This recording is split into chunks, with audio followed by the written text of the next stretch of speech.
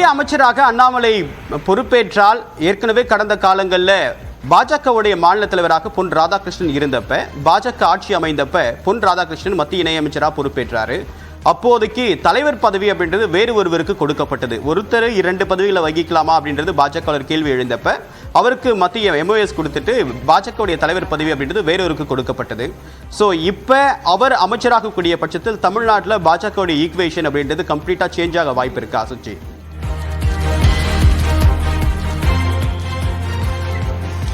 நிச்சயமாக தேவா, குறிப்பாக மாநில தலைவர் என்ற பொறுப்பிலிருந்து அவர் மத்திய அமைச்சருக்காக மாறும் பொழுது அடுத்த கட்டமாக யார் தமிழ்நாட்டினுடைய அந்த மாநில தலைவர் பொறுப்பை ஏற்க இருக்கிறார்கள்?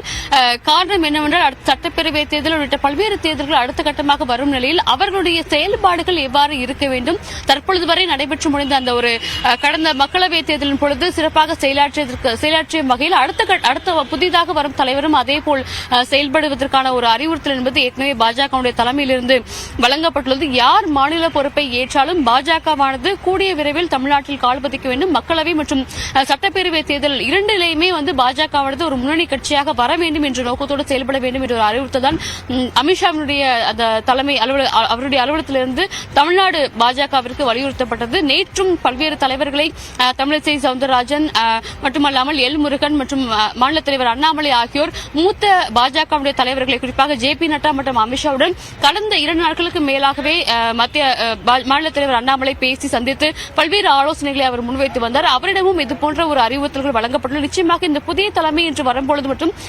வந்தாலுமே அவர்கள் பாஜகவை தமிழ்நாட்டில் கொண்டு வருவது அதிகபட்ச இடங்களை வெற்றி புதிய தலைவருக்கான நோக்கமா இருக்கும் அப்படின்னு சொல்லியிருக்கீங்க. இதுல 2 இன்டர்பிரேஷன் கேட்க வேண்டியிருக்கு. ஒன்று, பொன் ராதாகிருஷ்ணன் அவர்கள் தலைமை பொறுப்பில் இருந்தப்ப MOS ஆனாரு, அப்ப அவர் வெற்றி பெற்றார். இந்த நிலையில கடந்த முறை சட்டமன்ற தேர்தல் அப்ப மாநில தலைவராக எல் முருகன் இருந்தாரு. அவருடைய தலைமையின் கீழ் 4 சட்டமன்ற உறுப்பினர்கள் கிடைத்ததன் காரணமாக அவருக்கு ஒரு ப்ரமோஷன் மாதிரி MOS கொடுத்தாங்க ராஜ்யசபா வழியாக. இப்ப அண்ணாமலை அவர்கள் சந்தித்த தேர்தல் அப்படின்றது 40க்கு 40 தொகுதிகளில் பாஜக எந்த ஒரு தொகுதியிலும் ஜெயிக்கல. ஆனா ஓட் ஷேர் அப்படின்றது கணிசமா இன்க்ரீஸ் ஆயிருக்கு அப்படின்றது.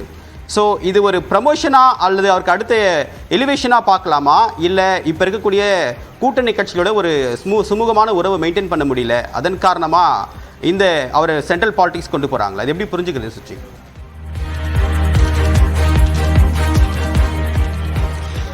பாஜகவை பொறுத்தளவில் கூட்டணி கட்சி இல்லாமலும் தங்களால் கால் பதிக்க முடியும் அப்படின்ற ஒரு கருத்துக்கு தான் அவர்கள் முன்வந்திருக்கிறார்கள். தற்பொழுது வாக்கு வங்கி ஏற்கனவே கூறியது போல வாக்கு வங்கி அதிகரித்திருப்பது என்பது அதிமுகவை பல்வேறு இடங்களில் பின்னுக்கு தள்ளி 2ஆம் இடத்தில் பாஜக இருக்கிறது. அதுவே ஒரு நல்ல முன்னேற்றம் என்ற ஒரு கருத்தை தான் அவர்கள் அந்த மாதிரியான ஒரு பாசிட்டிவான ஒரு எனர்ஜியோடு தான் அவர்கள் அந்த தமிழகத்தினுடைய தேர்தலை எதிர்கொண்டு வருகிறார்கள்.